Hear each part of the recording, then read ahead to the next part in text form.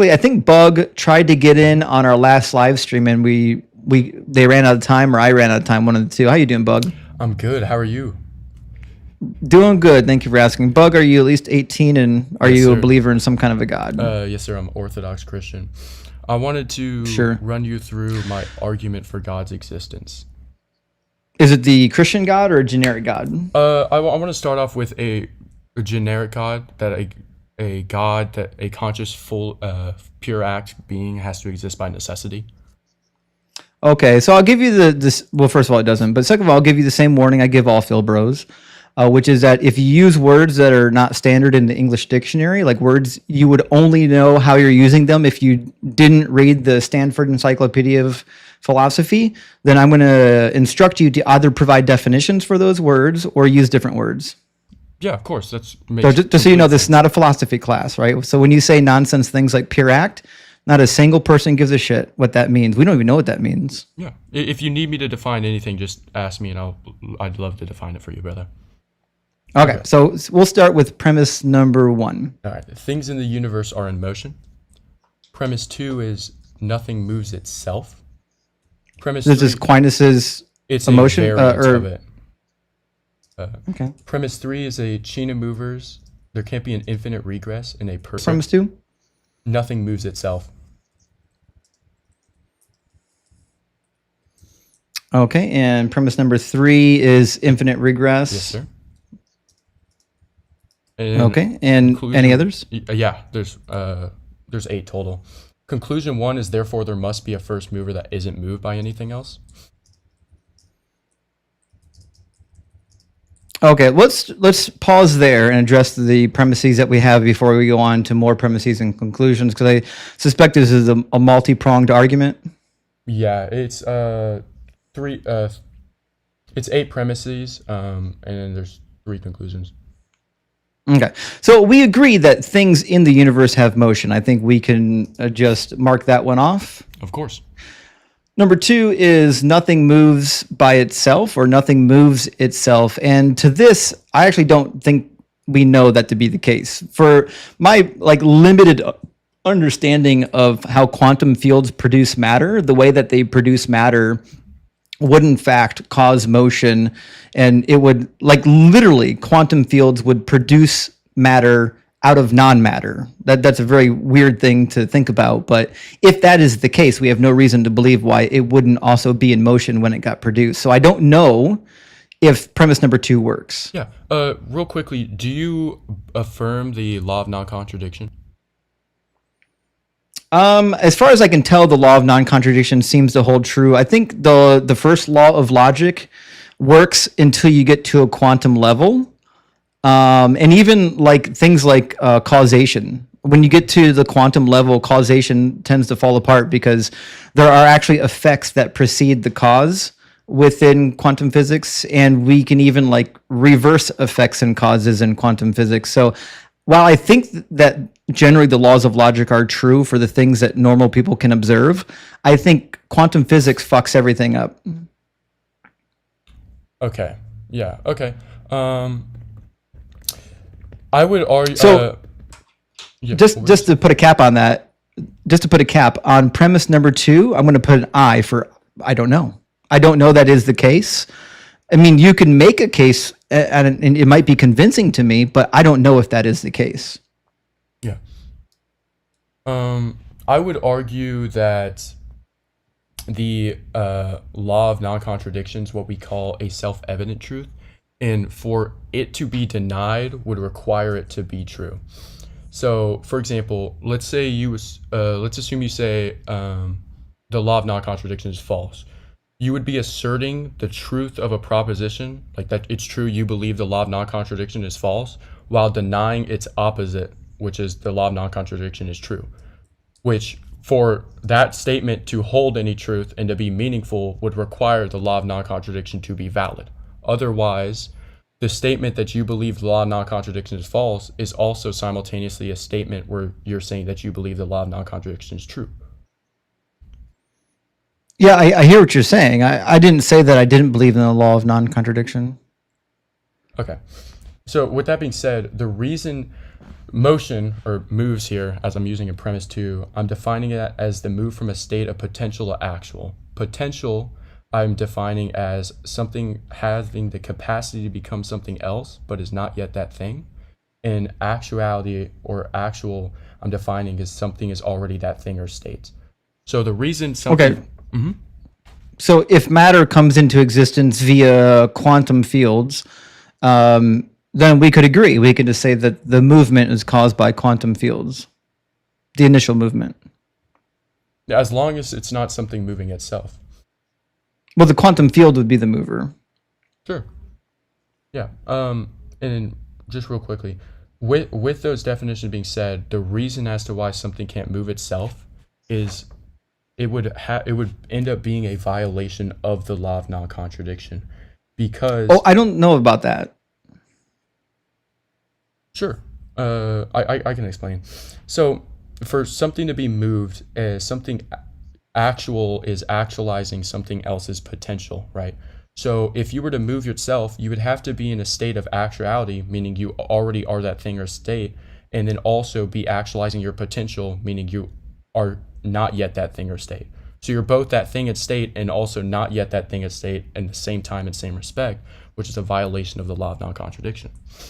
What do you think about chemical reactions? So I think the reason why I think this is a bad argument, there's a lot of reasons. First of all, because we haven't concluded that it is the case that nothing can move by itself, but also because a lot of things we would say are stationary. But if I put a stationary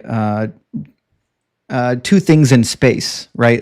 Like a lump of iron, two lumps of iron, and just set them in space, push them, I don't move them, they're going to move on their own just because of how gravity works. Okay. So you don't need anyone to push them. Gravity alone is going to move them. And that wouldn't be something moving itself. Well, gravity would be moving it, but gravity is not an entity. Like you can't touch it, you can't point to it, right?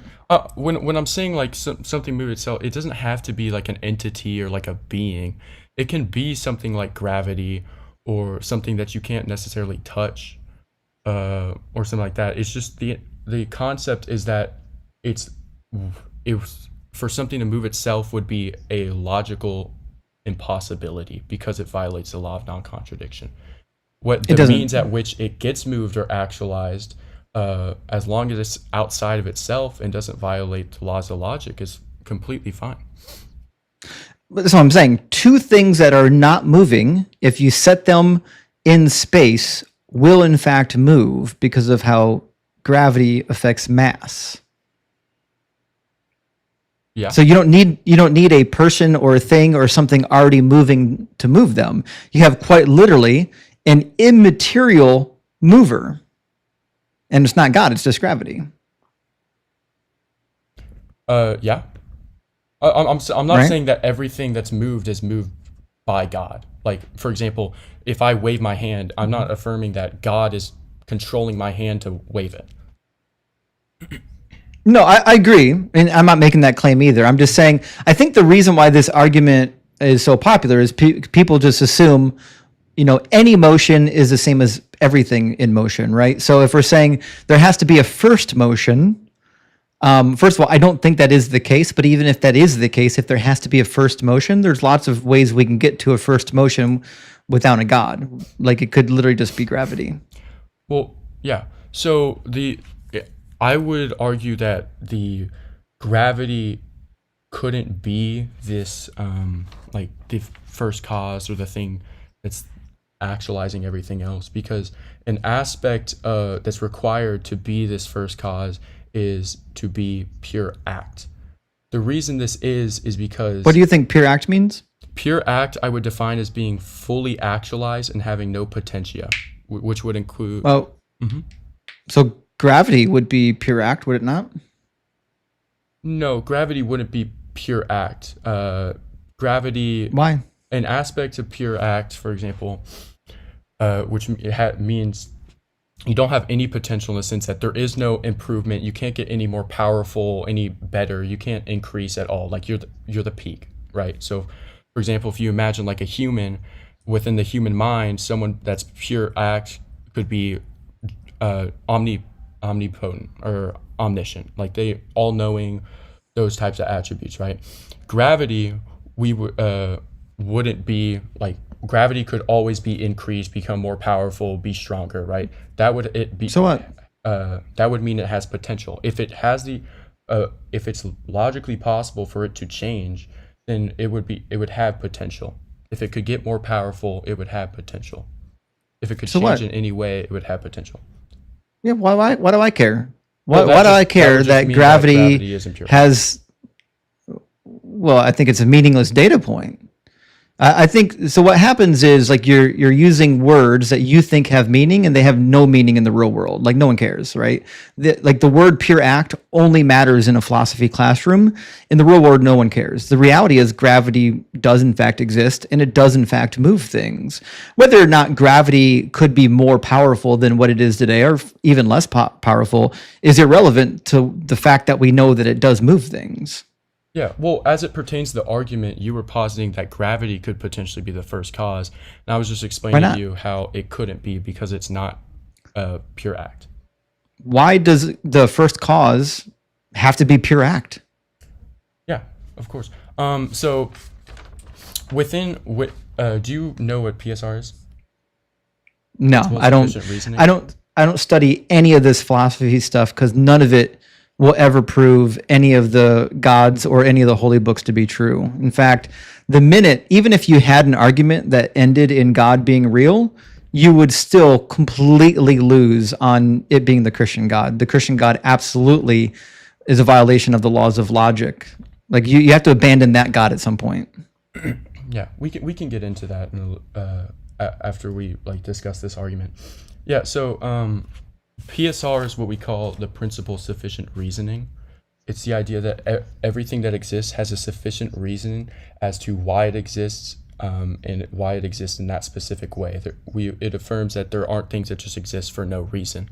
It's something, for example, like the scientific method and science relies on, because if things could exist for brute facts within the scientific field, then there could be things that exist without any explanation or for no reason at all. For example, like let's say this chemical reaction occurs, there could be no reason at all why it happens. It just happens, and that type of thing, which kind of would defeat the purpose of the scientific method and scientific advancements in studying, etc., because things could just be chalked up to being brute facts and happening for no reason. But Yeah, but you don't have sufficient reason for God existing. So like you can't posit that. And also I don't think that you have to know the sufficient reason to know that something is. Like I can know that gravity works without having sufficient understanding of how it works. no, yeah, I'm not saying that this means that everyone will know the sufficient reasoning for everything. Obviously, there's things we don't know and that we're still studying and learning. I'm just positing that there's everything does have a sufficient reasoning, whether it's known or unknown to us at this point in time. And going back to why the first cause would have to be pure act, if the cause had potential, then it would have, then it having potential would need an explanation so that it doesn't violate the principle of sufficient reasoning. If it had potential without a reasoning, then it would be what we call a brute fact, right? Which if you believe brute facts exist, that's a different explanation. But this would mean that. But you do. You believe in brute facts. Like you No, believe in brute facts and things that exist by necessity. I don't affirm brute facts. You don't think God's a brute fact? No, Okay then.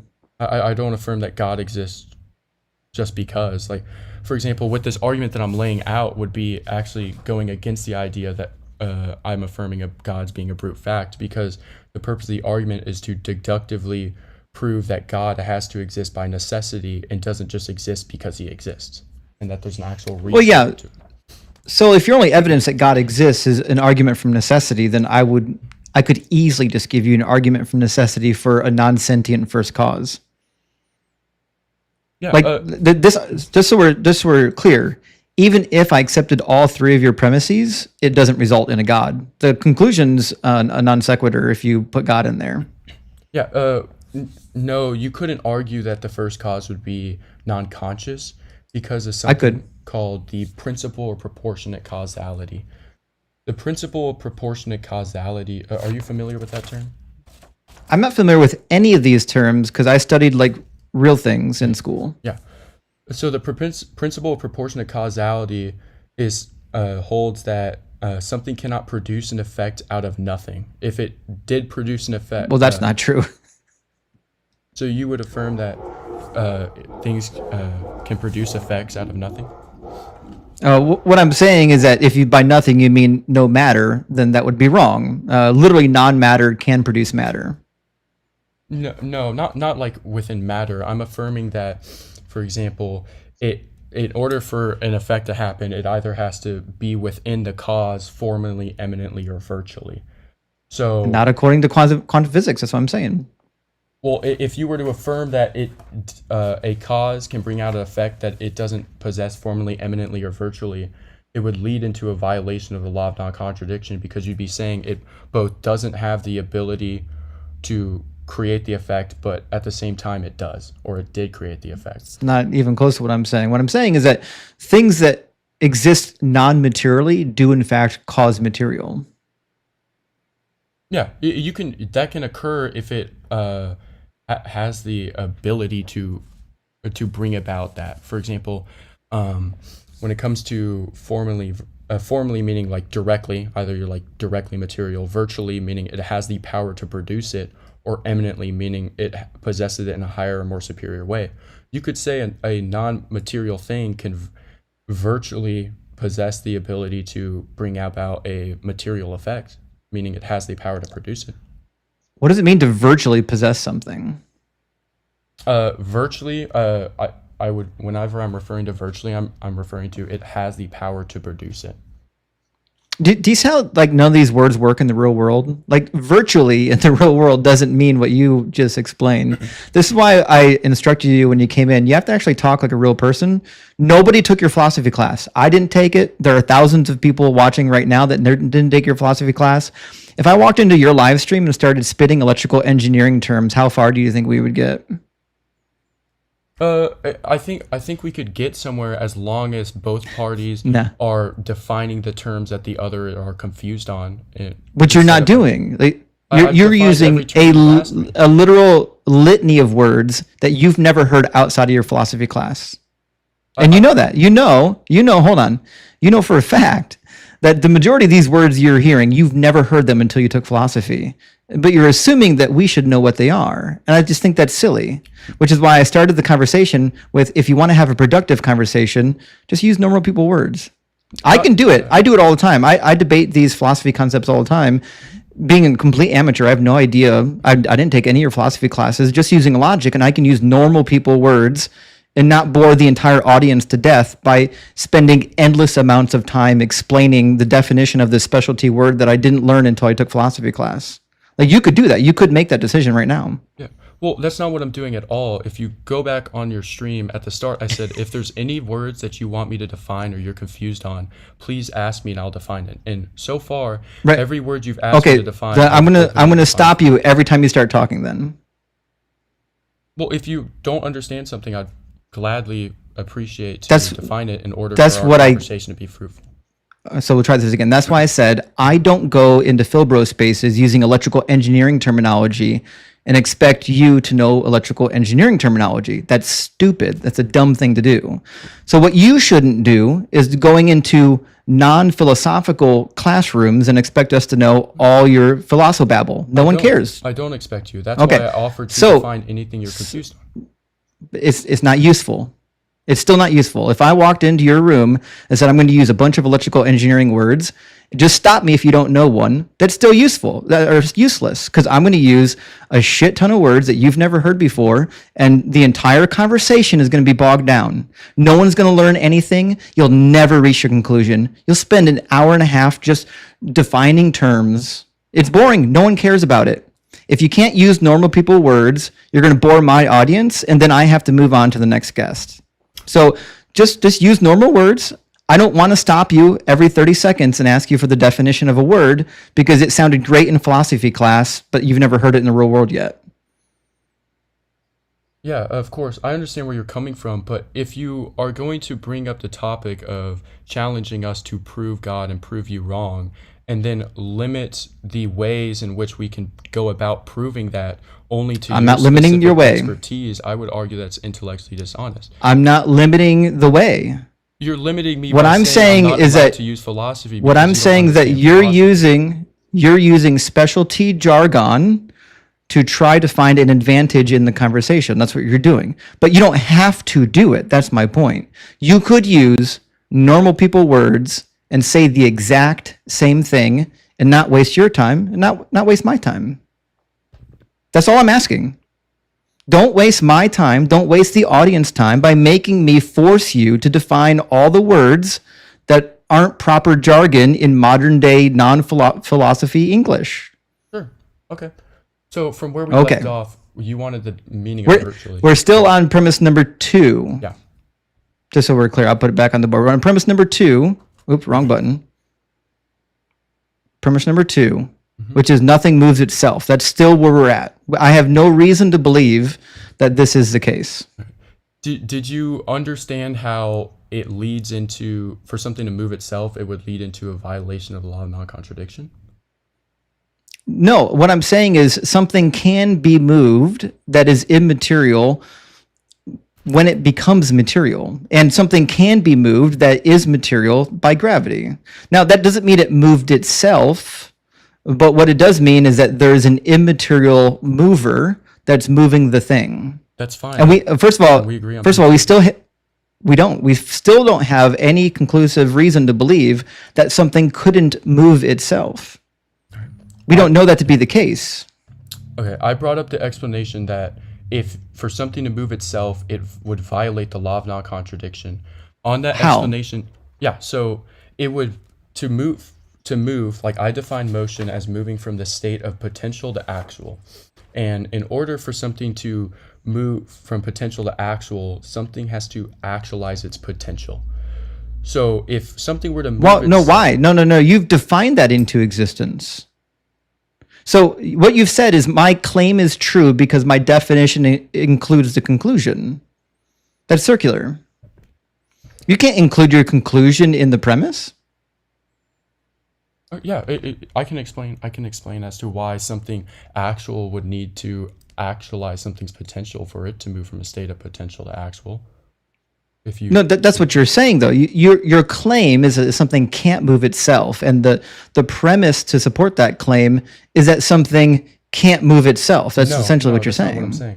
I'm saying That's that literally what you said. I was explaining to you how some things move from potential to actual. Now, as to why something can't move itself, if potential is defined as something, something being capable of being a specific state, but you're not yet that state, and then actuality means something is already that state, then you would both be already that state and at the same time not yet that state in order to move yourself because you're actualizing your own potential, which would violate Yeah, but the law of that doesn't fix the non-contradiction. problem.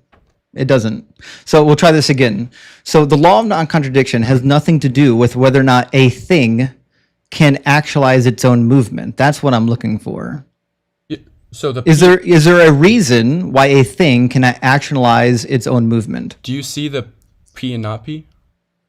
No. Okay, You haven't given it yet. On your notepad, put P. Something is that state. Is what state? It is that state. I'm not saying a specific state. Well, I need to know what the state is. For example, let's say like ice is moving itself. Ice is So something is frozen. moving. Is a solid? Is a solid or is moving? It is a solid. Okay, ice is a solid. Yep. And then not P is ice is not a solid. So in this scenario, Yeah, we ice agree is that this is a actualized. contradiction. You can't have contradictions, but that doesn't address what we were talking so about. this in this scenario, ice itself to go from a state of not being a solid to being a solid. And as I defined, it would be actualizing its potential. So it'd have the potential of not being that thing or state, and at the same time be actual, meaning it is that thing or state, which would be a violation of the law of non-contradiction because P, you are that thing or state, and not P, you're not that thing or state. And that's at the same time, same respect. But we're talking about things that are moving.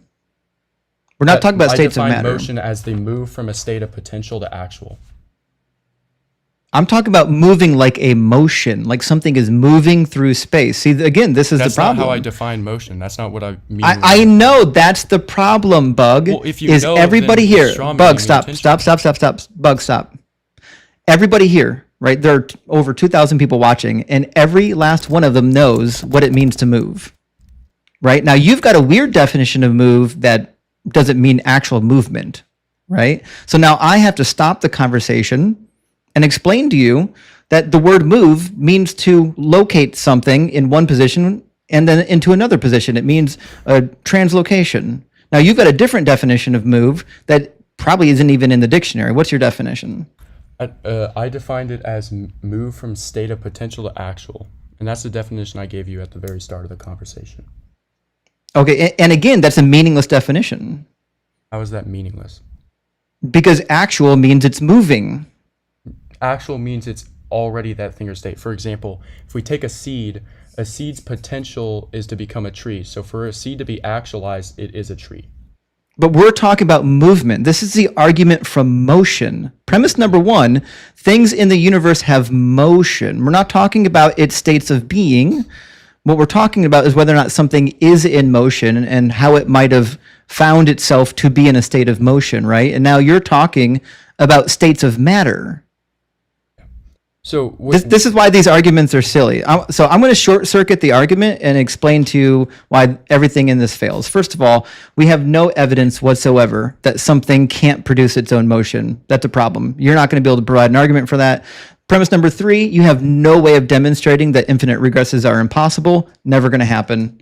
I've already done this argument with 1,000 people before you. You'll never prove infinite regresses are impossible. Conclusion, not only is it non sequitur, we can also just say that it's natural. Whatever it is, it's natural by necessity. We have no reason to believe that whatever the prime mover is, that it's sentient. So the only premise you have in this whole syllogism that works is premise number one. That's it. Yeah. So once again, you're imposing your own definition of motion when I've made it explicitly clear numerous times now what I mean by motion and what I'm defining motion as. I feel like the this is an definition intentional straw of man. motion, it's not. We'll just try this again. So the definition of motion is the action or process of moving or being moved. That's what it means to be in motion. So I define motion in this metaphysical argument as referring to the move from state of potential to actual. I'm not referring to motion in the sense that of the word that you brought up on your screen just now. That's a different kind of motion. And again, Bug, nobody knows what the fuck that means. Nobody cares either. Whether people care or not doesn't really we're talking matter. about we're talking about the word motion. Nobody knows what it means to be potential to actual. If that's the case, then we could just say potential to actual motion. Like, what does it mean? And potential to do what?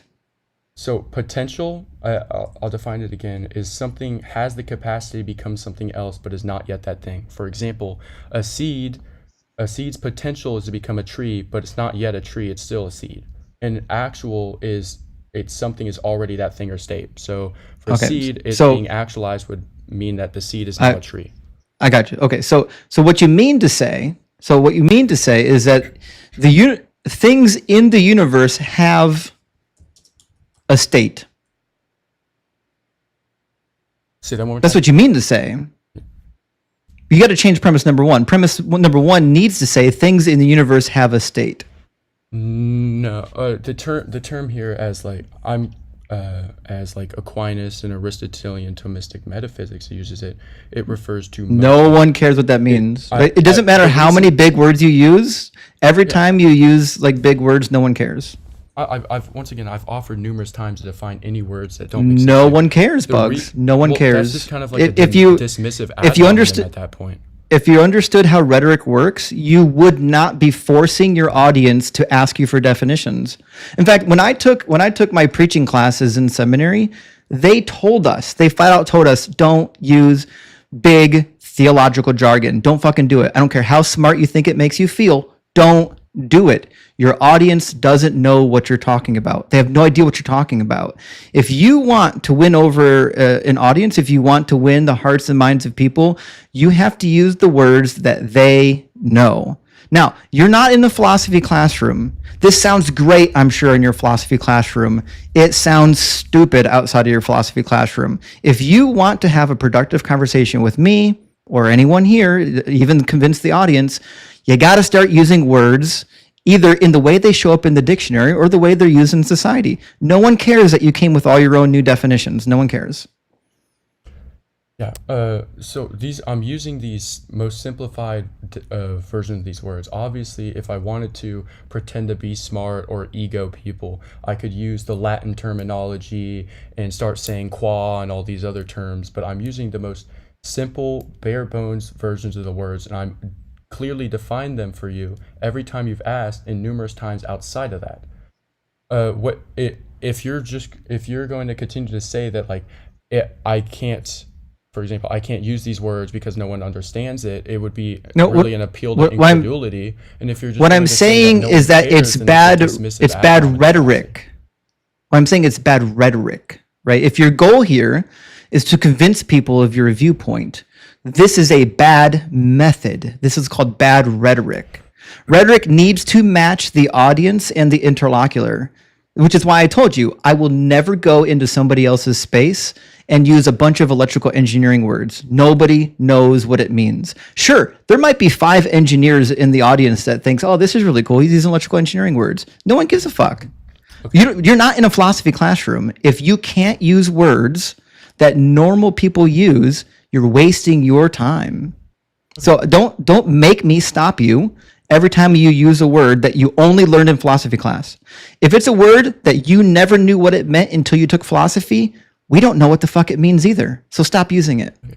So I would understand good rhetoric as like someone who's communicating clearly and truthfully and well, we disagree. In a logically coherent way. We disagree. You don't think good rhetoric would include communicating clearly and truthfully? Good rhetoric is not limited to truthfully and clearly, and you're not communicating clearly. You cannot communicate clearly if you intentionally use words that other people don't know, which is why I don't do them. I have 2 degrees in theology and biblical studies, and I never use theological words. I learned all kinds of fun words in seminary. I would never use them on this live stream because nobody knows what they mean. It's a waste of my time. It's a waste of your time. It's a waste of the audience time. No one cares. Use words that people know, or all you're doing is wasting your time and my time. So we started with an argument for motion. As it turns out, there's a way to do the argument for motion without using a single philosophical word. In fact, I just talked to a guy with a PhD recently. We had a 2-hour conversation about philosophy. He didn't explain a single definition. Not once. A 2-hour conversation. For a full 2 hours, we talked, and he didn't have to explain one word. And the reason is because he's an educator, he's a teacher, and he knows in order to communicate your ideas, you have to communicate in the words that normal people know, not in a secret language that you only know if you took philosophy classes. Okay. So that's why it's bad rhetoric. I don't see how I'm obfuscating and not communicating clearly when I offered to define any word that you said you didn't make sense to you clearly. I have been Bugs, doing that. I already told you. I already addressed words this. that you didn't even ask for. Bugs, already addressed this. I'm not going to stop you every 30 seconds and ask you for definitions. If you can't use what's between your ears and use normal people words, you know what normal people words are. You do. You know what they are. You're choosing to not use them. And that's the annoying thing. That's why right now I'm stopping you, because you're intentionally using words that you've only learned in philosophy class. Before you took a philosophy class, before you heard a single philosophical argument, have you ever used the word pure act? Outside, yes, it's very common within like the before you ever learned about any philosophy, you've never used the word pure act, have you? Sir. Well, neither fucking have we. None of us. We don't care. Right? We're not in philosophy class. If you're using words that you only ever learned because someone taught you philosophy or you learned some doctrine. Nobody cares. We didn't learn that. We don't care. We know what's in the dictionary. We went to school. We took grammar. We took English. We know what's in the dictionary. We don't know anything in your philosophy class. The same reason why you don't know anything in electrical engineering. I'm presuming. I assume you didn't take electrical engineering. Again, I can't come into your space and expect you to stop me every time I use an electrical engineering word you've never heard of. That's stupid. That's irrational. I'm not going to stop you every 5 minutes to explain words that we would only know if you took your philosophy classes. No one has time for that. Now, this argument is not a good argument. Aquinas' argument for motion, or whatever variant you have of it, doesn't work for the reasons I've already articulated. Do you want to know why this argument is useless and why I know that your God doesn't exist? Of course, I want to know why this argument's useless. Okay, because it doesn't matter if you have an argument that lands in some deistic asshole that created the universe. The reality is your God does not exist. Your God is full of contradictions. Your God is full of failed prophecies. Your God is full of promises that literally don't come true and never will come true. So we can literally just start by we can start like something as silly as the Trinity. Now, you're Orthodox. I know you've applied your philosophy to the Trinity, haven't you? Yes. I just want to say, I feel like what you're committing an appeal to convenience in the sense of saying just because you don't feel like asking me to define words, that therefore I'm in the wrong or I can't use them, or it's like kind of anti-intellectualism. It's not convenience. What I'm telling you is I'm hosting a live stream, okay? I've got almost 1,000 people on one channel. I've got 1,000 people on another channel. I've got 500 people on TikTok watching. There are 2,500 people watching right now. And none of them, there are 5 fucking people in my audience that have a clue what you're talking about, because we didn't take philosophy and we don't care. We don't care, because you can give a million philosophical arguments and none of them will ever land in the Christian God. That's here, because we don't care if there's a deistic God that kicked things into motion. It's meaningless to us. Not only can you not prove it, it doesn't mean anything. The reality is the God of the Quran, the God of the Bible, the God of Judaism, the God of the Hindus, the multiple gods of the Hindus, none of those are defensible gods. That's what we're here for. That's why my claim is that your God is imaginary, not a deistic God, not a immaterial, non-thinking, first-moving agent. Your God, the Christian God, that motherfucker is imaginary. I think what you're saying is a little contradictory. If you're saying that you do not care about God or deistic God at all or anything like that, but then you focus your time on running multiple live streams and spending thousands of hours debating on this deistic God and whether he exists or not. I did feel not. Like that's a little contradictory. Are you not running a live stream I've right never now debating once the existence of God while you're saying that you don't care? I'm debating the existence of your God right now. I'm debating the existence of the Christian God at this moment. And if you're a Muslim, I'd be debating the existence of the Muslim God. Again, my live stream does not say the deistic God doesn't exist. It says your God doesn't exist. And the reason why I can do that is because people who believe in deistic gods don't get up on this stage. They don't give a fuck if I believe in their God. You do. That's why you're here. Okay. Okay, so ultimately, that's why no one cares about these boring philosophical concepts that not only don't end in your specific God, they don't even end in a deistic God. You've got to do all this, all this work. You've got to read 5 dictionaries of philosophy just to understand the premises, and then premises don't even support the conclusion. I would say that just saying that no one cares and therefore I shouldn't be arguing with it or using it, or is just I didn't say you shouldn't. Like an ad populum in some sense. And I didn't say you shouldn't. I said then I why do don't you care. Okay.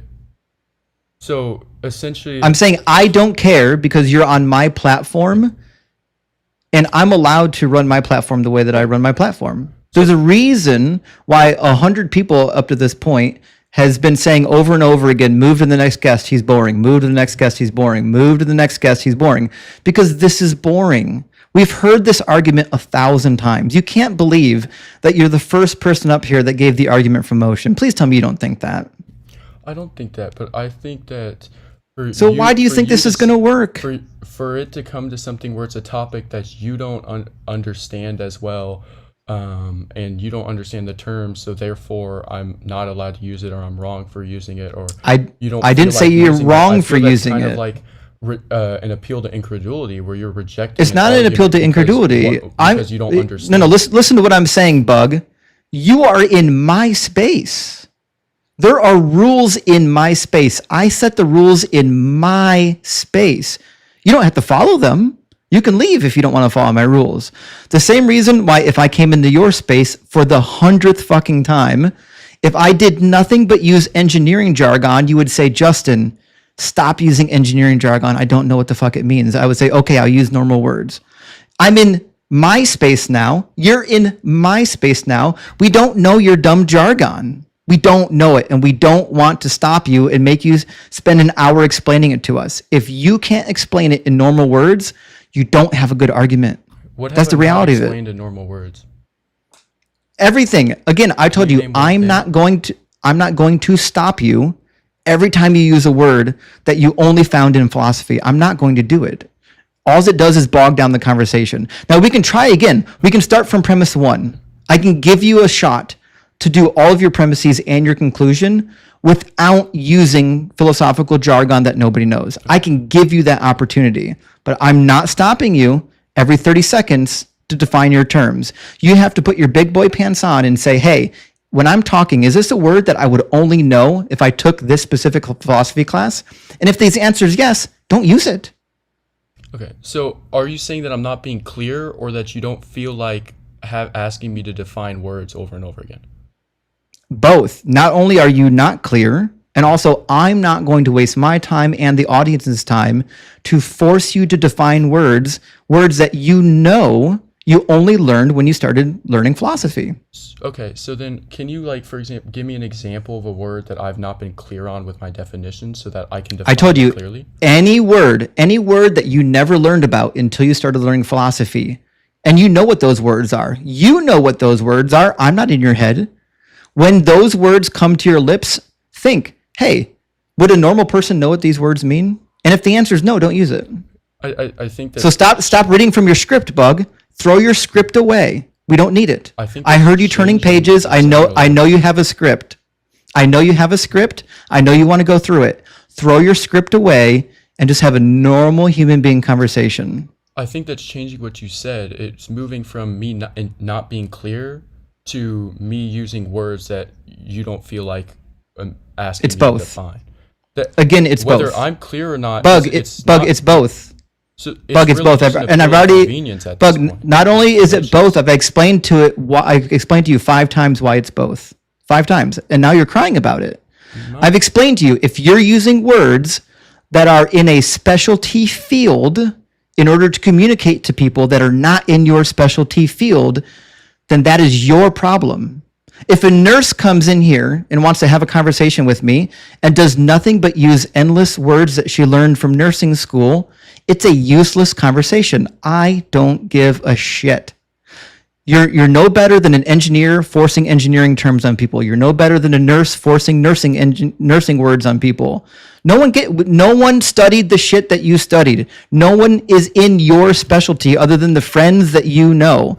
So stop using those words. One day you'll figure this out and you can have an effective conversation and you might even win some people over. Mm-hmm. But all you're doing is mental masturbation at this point. All you're doing is using a bunch of cool words that I learned in philosophy class, and it makes you feel good because it gets you to the end of your script, but it doesn't get the audience to the end of the script.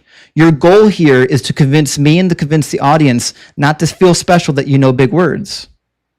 Once again, as I said, I'm using the simplified terms, and I've done it consistently where if there's a word that is that you guys don't understand. Stop repeating yourself. I've already addressed this 5 times. So at this point, this is what's going to happen. You're going to stop crying. And you can address your premises without using jargon, or we can move on. Okay? I'm giving you the opportunity. You can go through the entire argument right now, but I'm not stopping you to define all of your dumb philosophical terms. Okay, so I want you to do it. Go through the premises without using special philosophy jargon. Do it. I want you to do it. Prove me wrong. I'm confused now because it seems like one thing is that I'm intentionally being unclear. Bug, and the next I'm thing is asking you that to just give don't the want to argument. ask for Bug, definitions. provide the argument. Okay. And it once again, is it that I'm being unclear, or is it that you don't feel like asking for Bug, definitions? Like, are my definitions clear? Provide the argument. Okay, so where do you want to start? Do you want to start from the very beginning? Premise number 1 is on the screen. Things in the universe have either a state or motion. You got to pick one. Which is it? Things in the universe are in motion, motion being defined as the move from a state of potential to actual. That means nothing. Try again. How does that mean nothing? Because we don't know what those words means. Try again. So I'll define potential and actual. Potential means something has the capacity to become something else, but is not yet that thing. Actual means something is already that thing or state. Okay, so what you mean to say is things in the universe are in a state of change. Change or motion, yeah. I would say that. Is there a reason why you couldn't say that? Well, I just defined it as the same thing. If you Bug, is there a reason why you couldn't say that? say change instead of motion? Yes, is there a reason why you couldn't say things in the universe are in a state of change? Is there a reason why you couldn't say that? I can say change. Is there a reason why you there couldn't isn't- say there that the isn't a first reason I 5 couldn't times you say gave that. the premise? There isn't a reason. Okay, so you could have said that and you chose not to. That you're proving my point. You're only using words, one, because they're on your script, and it makes you feel special because you know these specialty words. No one gives a fuck. Premise I number use 1, motion? things in the universe are in a state of change. That's the actual premise, which means the entire time we've been walking through this argument, you and I have been talking about 2 completely different things. And the reason is because you thought using philosophy terms makes you sound cool, but it doesn't. What it means is that you're talking about something that I'm not talking about. I was talking about motion the entire time. You were talking about change the entire time. And that's why this is bad rhetoric. So premise number 2 then isn't nothing moves itself. Premise number 2 needs to be nothing changes by itself. Do you agree? Yes. Once again. Okay. The disconnect. It's. I feel like you're shifting it as my fault when I defined motion clearly, and then you went back Listen, and pulled you up can your cry own all you want, definition Bug. of motion. No one's here for your tears. No one's here for it. What we're here for is you to make the argument work. That's what I want. I want you to make this argument work. I'm rooting for you. I'm on your team. I want you to give me the premises in a way that actually fucking work. Okay. So So you still disagree. premise with number me? 2, nothing changes by itself. Can you support that? Yeah. So we change. I define it the same way as motion in this scenario, so we don't have to reread that.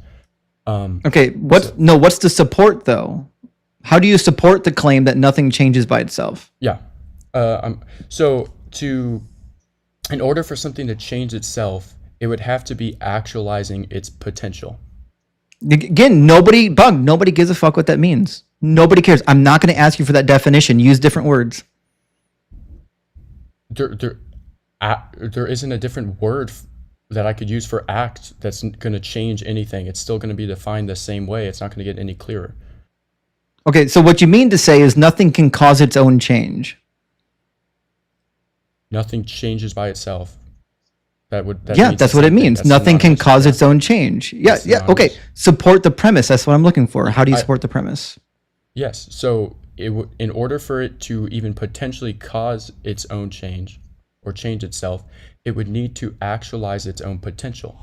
Actual refers to being in that something is already that thing or state, and potential refers to something having the potential to become that thing or state, but is not yet that thing. So it would end up being a violation of the law of non-contradiction, because you'd be saying P, it is that thing or state, and not P, it is not that thing or state. And At the same that time, would be wrong because even fundamental particles in the universe can decay. That's self-change. That's self-actualization of potential. So the premise fails. It doesn't matter what philosophy jargon you tie to it, it fails because fundamental particles in the universe in fact decay. Okay, and can you objectively show that this is a self motion? Do we know for sure, or is it No, just what we it's not observe? it's not motion, it's decay, it's change. Again, stop using the word motion. It doesn't fit the argument. Is this change? Is this something we just observe, or is this objectively provable that is something changing itself? It is. Yeah. Okay. And like, what's the objective grounding that this is something like objectively changing itself? Because unstable elementary particles, in fact, transform and decay because they're unstable. That's the nature of it. So yes, things do change on their own because they're unstable particles. Okay. And what particle, for example, like, is decaying, is changing itself? Like, is there a specific particle that you have in mind, or like specific? There's more than one. There's more than one. It's a well-defined concept in particle physics, though. Like, you can go to leptons, baryons, bosons, a bunch of fundamental particles decay. And like within quantum physics, right? Is this decay? It's completely by its own, by the particle by itself, or does it happen in accordance to like certain conditions or frameworks or systems? No, it's internally unstable. Okay. And are there are there parts of this particle within itself that are internally unstable that cause the decay? A particle is the smallest unit of thing. There's no smaller particle inside of a elementary particle. That's why it's elementary.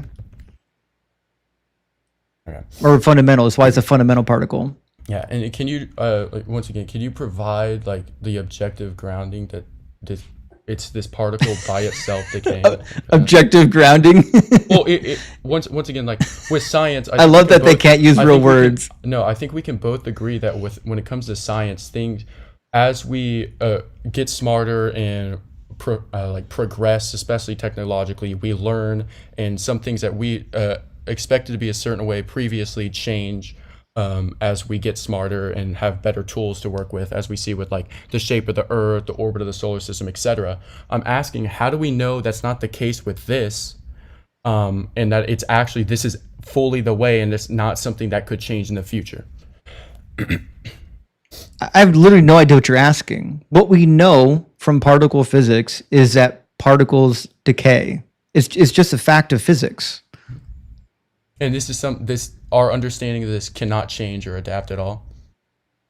Listen, if we find new information, we'll adapt our understanding. But all the data we have right now shows that is the case. So it's not objective. This case is not objective that it's moving itself. It's just based on what we've observed at the moment and the information we have to us at this moment. Well, what I'm saying is we have observed particles decay. We know that it happens. That's what I'm saying. I would argue then that, as from what we understand with the law of non-contradiction, it being a self-evident truth, that it couldn't be a violation of the law of non-contradiction. It is just something that's more of a human limitation.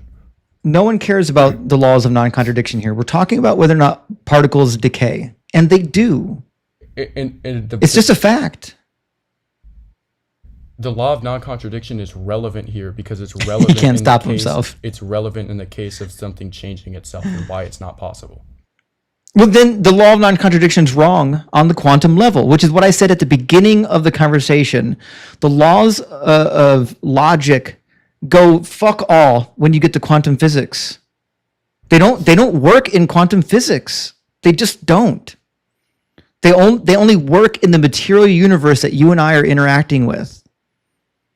That was the beginning of the conversation. So to even state that they don't apply to the quantum realm requires the law of non-contradiction to be true for that statement to make sense and be rational. No, it literally wouldn't. If you're saying that's true, that's the entire point. Is the world that we live in. The law is not something to be obeyed. The law is a description of reality. And it just happens to be that it only describes reality on the non-quantum level. Particles decay. That's a fact. That's a fact of quantum physics. Okay. It doesn't matter what you believe about the three laws of logic. That is a fact. Okay. So the reason it's self-evident here is because it's not self-evident. It is true that it's not. You're making a true statement. It's not self-evident. You are making a true statement that you believe it's a fact. He can't help himself. This happens in quantum physics. Is that It is. It's a fact that happens. Yeah. which means that it's false that you believe that it is not a fact. There's a distinction between true or false here. If the no, what reason I'm the saying law is of that contradictions of we'll try this is again, a Bug. The reason self-evident- why I'm saying you're not listening to what I'm saying. What I'm saying is this law of logic. The three laws of logic apply to the material universe that you and I are capable of observing. That's what it applies to. what's your justification for that? They aren't universal to, in fact, quantum physics, and they don't exist transcendentally. They're descriptions. They're not transcendental laws that the universe is obeying. They are descriptions of how the world around us works. We invented them. They're a language that we invented. And so when I say that this law only works in the material universe, but it doesn't work in quantum physics, I'm not contradicting anything. I'm just saying there is a space in which the laws of logic work, and there's a space in which they don't work. And they don't always work on the quantum level. They just don't. You don't have to like it, but it's true. It's already been proven. It's not even a question in quantum physics. Now, listen, Bug, we've wasted an hour, almost an hour and a half on this nonsensical argument, and you're only on premise 2. You're never going to get premise 3. I'm not going to waste another 2 hours on premise 3. I've had this same argument 1,000 times about how infinite regresses aren't possible. You'll never do it. You're not smarter than the 1,000 people who came before you. You're not smarter than the Islamic philosophers who came before you. You're not smarter than the other professional philosophers that came before you. There's no argument to solve the problem of the infinite regress. There's no reason to say that they're impossible. So first of all, you can't get premise number 2, and you'll never get premise 3. Therefore, this argument, this premise 1, premise 2, premise 3, conclusion number 1, this argument that you've laid out, I'm done with it. It's not going to work. And I'm not going to spend any more time on this discussion. I want to move on to discussions that our audience actually cares about. And they've been asking me for an hour to move on to the next guest. So I'm going to move on to the next guest. But thank you for at least being kind. Yeah, of course. I gave you a lot of shit. I even made fun of you, and you took it really well. Of course. Appreciate it, brother. Thank you for having me up. All right. Cheers. Keep searching. Okay. So let me explain something to you. Okay. Cheers. Keep searching. Let me explain something to you guys. I will. So here's what I've been trying to explain to him with the self-refuting thing, real quick. So the thing is, to make the statement he's making that the laws of logic don't apply to quantum physics is a refuting claim. Here, let me turn off my screen real quick just so I can log on to Google. And make a Google Doc for this. Okay, look. So he's making the statement that laws of logic don't apply to quantum physics. Okay. This is self-refuting because for you to make this statement, it assumes that there's logical coherence. Now, what do I mean by that? I mean that this statement is meaningful and not both true and false. It is true that you believe that the laws of logic don't apply to quantum physics. If the laws of logic, for example, like the law of non-contradiction, was not actually true and this contradiction could exist, then it'd also be simultaneously false that you believe the laws of logic don't apply to quantum physics. Which means that any rational and coherent conversation is completely thrown out the door, because there's no difference between you. There's no distinction between you saying that you believe this and that you don't believe it. It's both true that you believe and don't believe this statement, despite the fact you said this. Any rational conversation is completely thrown out the way. It's thrown out the door. It's completely incoherent, right? And even then, if you're allowing irrationality and meaninglessness to exist, then no statement, including the person that's making it, can be trusted or coherent. saying that things can be irrational and not meaningful, like uses language and concepts and the laws of logic, etc., for that statement that you're saying things can be irrational, not meaningful, to make sense. All that statement presupposes the laws of logic being true. If you're forfeiting that irrational things are all irrational and meaningless, then you yourself can't be trusted, because your statement that all things are irrational or meaningless and that you believe that is also a statement that you don't believe everything's irrational and meaningless. All conversation structure, communication, etc., is completely thrown out the door, because every single thing you say, you're also simultaneously affirming the opposite, right? There's no way you could even communicate anymore. On top of that, it even gets crazier to, for example, the computer I'm typing on.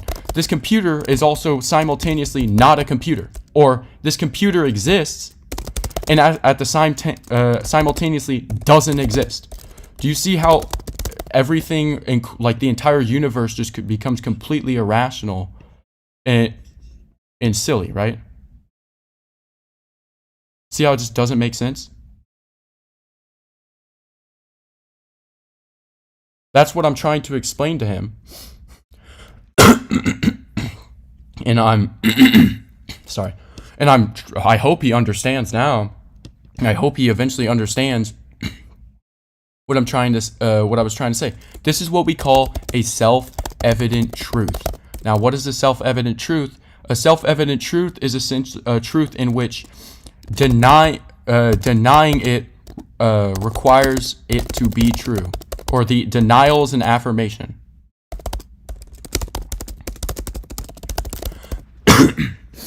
That's what we call a self-evident truth. So when he's denying it being a self-evident truth, it's illogical, because, once again, denying the laws of logic requires that the laws of logic to be true for your statement that it's true that you believe the laws of logic don't exist to be true, to have any meaning. That's why its denial requires it to be true, or requires you to use it, which is why it's a self-evident truth. And that's also why this claim up here is a self-refuting claim. Do y'all understand that? Do not get it is because you do not understand that. Here's a spiritual deficiency. There's no way people can understand this.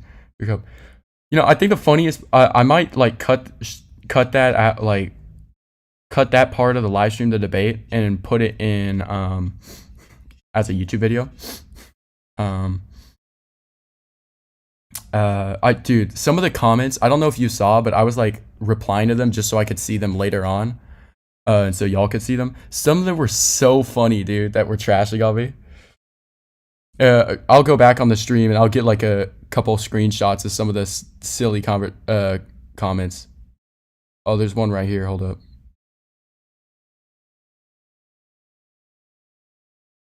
Where is it? Hold up.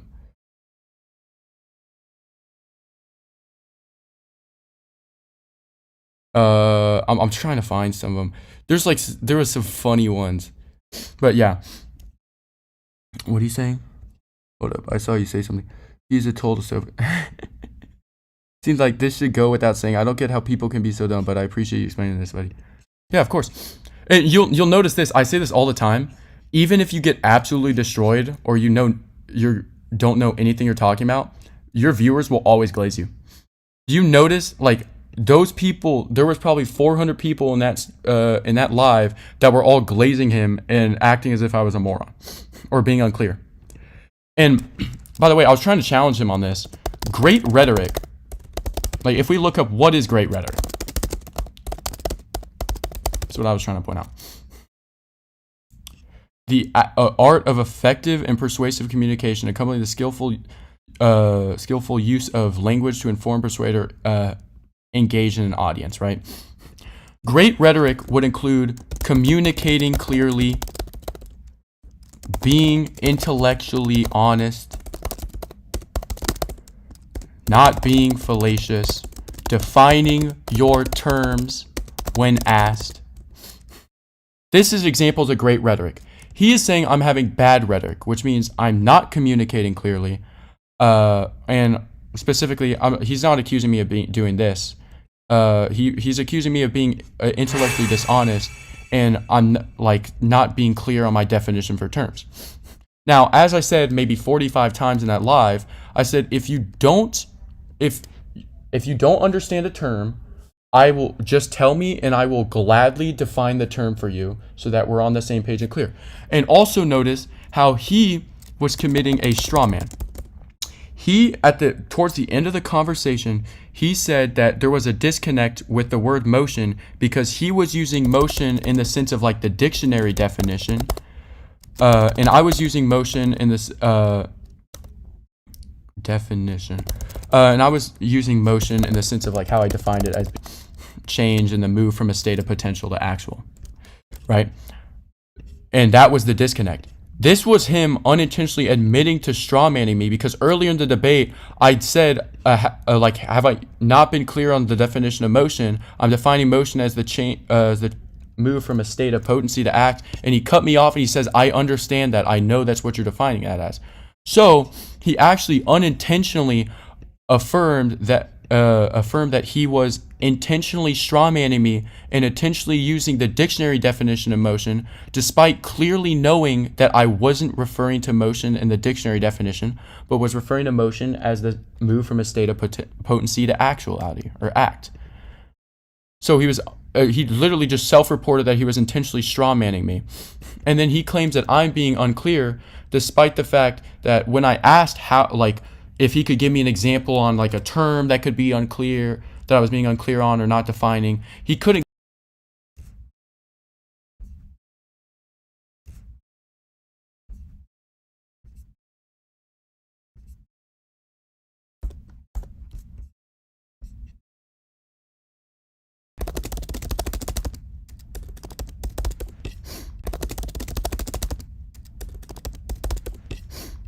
Okay, I don't know if y'all can hear me. Okay. Sorry about that. My Wi-Fi crashed. Anyways, so an appeal to convenience is when someone rejects an argument because it's inconvenient, it's tiring, tedious, etc., right? That's what he was committing, right? By saying that he doesn't feel like asking for definitions is an appeal to convenience. It's not me being intentionally unclear. It's more of an act of laziness or not feeling like debating that, right? Also, I would argue that this is something called he was committing something called anti-intellectualizing. This is more of a rhetorical tactic, but it's like when someone criticizes you using like intellectual language or precise language. That's also another thing he was committing, right? It's like exactly, it's boring. Like appealing to boredom is so, like, that's not a debate tactic or saying like it's boring. Also, I called him out on this because he said that he does not care about debating whether God exists or for a deistic God or anything like that. When his entire job and what he does for thousands of hours is debating whether God exists and deistic gods, Christian gods, Muslim gods, etc. Right?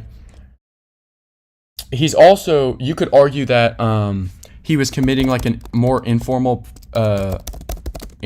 version of a burden shifting fallacy, where he's like saying that I'm at fault for using precise language rather than him taking responsibility, right? Now, this wouldn't be kind of burden shifting if I was using a precise language and I wasn't defining it, or I was being unclear or something. That's what we call an obscurantist, and that's just intellectually dishonest, right? But that's not what I was doing. I offered 40 plus times to define any terms he wanted defined. I did so. I even defined them when he wasn't asking, just so that he wouldn't even have to ask. I was being very, very clear. So he's really just saying that I'm at fault, burden shifting on the fault. He's committing a personal incredulities. I can't spell right now. You get what I'm saying. He's committing PIs. He's also doing something which you don't really hear often. It's called a dismissive ad hominem. This is essentially when someone's like dismissing an argument by downplaying or mocking the person. Or for example, this would be saying, nobody cares about that. Nobody cares about what that means. Nobody cares about what you have to say, etc. Right?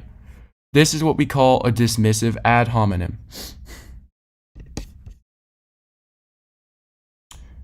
It's apathetic. I got you at some point. We'll do another stream soon. He couldn't contend with your argument at all. Also, when he said you're using unconvincing rhetoric, I call that concern.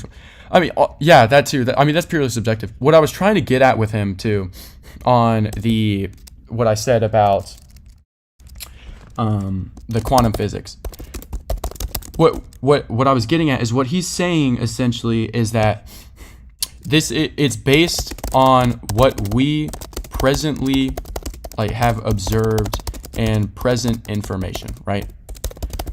If he's going to make the claim that quantum physics violates the law of non-contradiction, then he would have to objectively show that this is the case. So what I was asking for was what's the objective grounding and basis that what we observe and the information here is absolutely the case and isn't changing, right? Because as we've seen historically, which I brought up, historically, we have held positions that have been completely false. For example, lightning being from God, universe orbiting the Earth, the sun orbiting the Earth being the center of the solar system, etc. Right? These are all things that as time goes on, as our knowledge increases, as more tools become available, have been proven false, right? And the reason that the only way that this could be, that he could really argue this as being authoritative, since the law of non-contradiction is objective truth, and despite the fact that this would literally be impossible to even for the quantum physics to violate the law of non-contradiction, would be to objectively show that. Because since the law of non-contradiction is a self-evident truth and is objective, and to say it doesn't exist or isn't true is self-refuting, that would mean that despite us subjectively viewing quantum physics as violating LNC, it isn't actually violating it. It just appears that way, right? It's just the grounding is purely subjective and based on what we presently observe. This is also some arguments for God lead into what we call a gods of the gaps fallacy, which is essentially when you say there's no explanation for this in science, so therefore God, right? Or it appeals to what we call, it's an argument from ignorance, where you're basing your argument not based upon an objective justification, but based on subjective things or our current lack of knowledge. Because our current knowledge might show that quantum physics violates LNC, but to say that now that equals this is an objective thing is an argument from ignorance, because it's based on our current information. You would have to show that there's absolutely no way that this can change later on or won't change with advancement in knowledge, tools, etc., studying, etc.